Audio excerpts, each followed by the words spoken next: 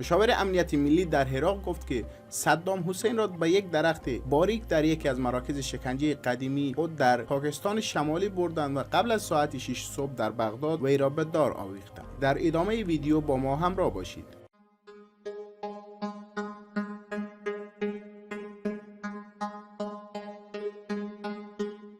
تلویزیون دولتی عراق فیلم کوتاهی را نشان داد که در آن قبل از اعدام صدام توسط افراد نقابدار آزمایش‌های روی وی انجام شده بود. رهبر 69 ساله در حالی که گردنش با یک تیکه سیاس و سپس با یک تناب کلفت بسته شده بود در حال صحبت کردن با افراد نقابدار که وی را سمت پای دار می‌بردند خیلی آرام به نظر می‌رسید. چوبه دار وی از فلز با رنگ قرمز ساخته شده بود و در اتاق تاریک با دیوار پشتی آبی رنگ ثابت شده بود. نگهبانان کلاههای پشمی مشکی پوشیده بودند. صدام توسط گاردا به شدت به جلو کشیده می‌شد، اما این شدت تهاجمی نبود. او خیلی لاغر به نظر می‌رسید با یک پیراهن سفید و مانتوی شیک ولی بدون کراوات.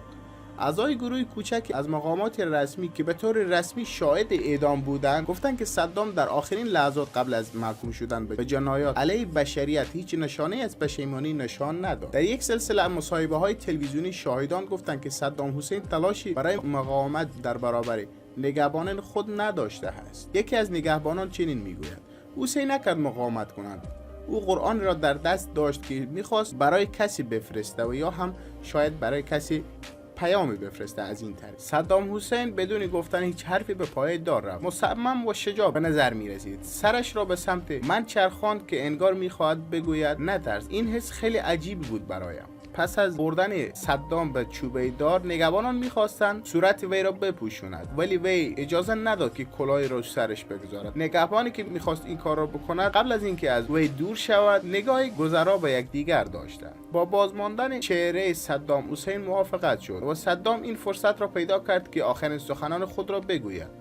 وقتی صدام را به پای چوبه دار می بردن عرفاً شعارهای سیاسی مانند الله اکبر و همچنین لعنت به آمریکایی ها و لعنت متجاوزان میداد. ما به بهشت خواهیم رفت و دشمنان ما در جهنم خواهند پوسید. و پیامش به مردم عراق این بود که امپذیر باشید و اتفاق داشته باشید. وی همچنین تاکید کرد که عراقی ها باید با آمریکا و ایران بجنگند. یک حل دین که آنجا بود به صدام چند دعا را نشان داد تا بخواند و وی نیز این کار را انجام داد. این آخرین کلماتش بود و بعد تناب دور گردنش کشیده شد و بعد مدت افتاد و زندگیش را از دست داد.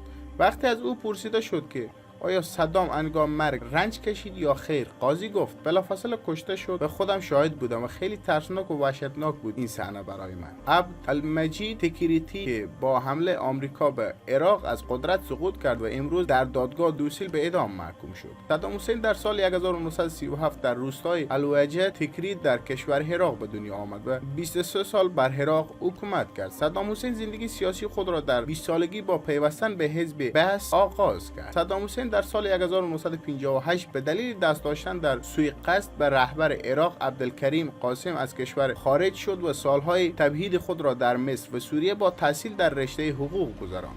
صدام حسین که در سال 1968 به حزب بعث کمک کرد تا قدرت را در یک کودتای بدون خونریزی به دست آورد و مسئول امنیت داخلی را بر عهده گرفت. صدام حسین که در سال 1968 به حزب بعث کمک کرد تا قدرت را در یک کودتای بدون خونریزی به دست آورد، بعد از این مسئولیت امنیت داخلی را بر عهده گرفت و به زودی افراد غیر بعثی را از دولت برکنار کرد. صدام حسین که با سرنگونی ژنرال احمد حسن در سال 1979 به قدرت رسید و تا سال 2003 که مداخله نظامی آمریکا انجام شد بر عراق حکومت کرد. وی 450 نفر از اعضای حزبی را که احتمالاً به محض به قدرت رسیدن به دولت وی آسیب می‌رساند. اولین و مهمترین عنصری که صدام در دوران حکومت خود برای آن ارزش قائل بود ارتش عراق بود. صدام که گاردهای جمهوری را به عنوان محافظ خود و رژیم آموزش داد، رهبر مدیون ارتش بود. ارتشی که به وسیله تبدیل شده بود که به جای مردم عراق به عنوان محافظی برای خود تلقی میشد. به گفته استاد اپوزیسیون ناظم که در عراق به نور مهاجرت کرده است، از بسیاری ترورها و کودتاها جان سالم به در برده‌اند. صدام حسین که سیاست خارجی خود را با برکناری رهبر مصر در جهان عرب و تثبیت سلطه بر تاج و تخت ایران دنبال می‌کرد، در سال 1980 برای کنترل کنترل تنگه هرمز به ایران حمله کرد. هزینه‌های این جنگ طولانی و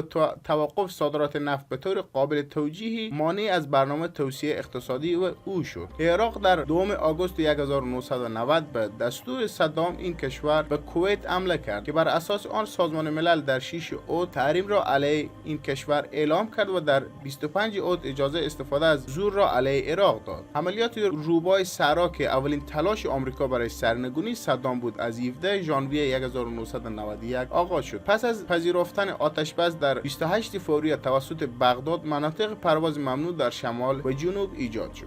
حکومت 12 سال صدام حسین در 9 آوریل در سال 2003 بعد از تحریم‌های سنگین سازمان ملل و مداخله نظامی آمریکا سرنگون شد.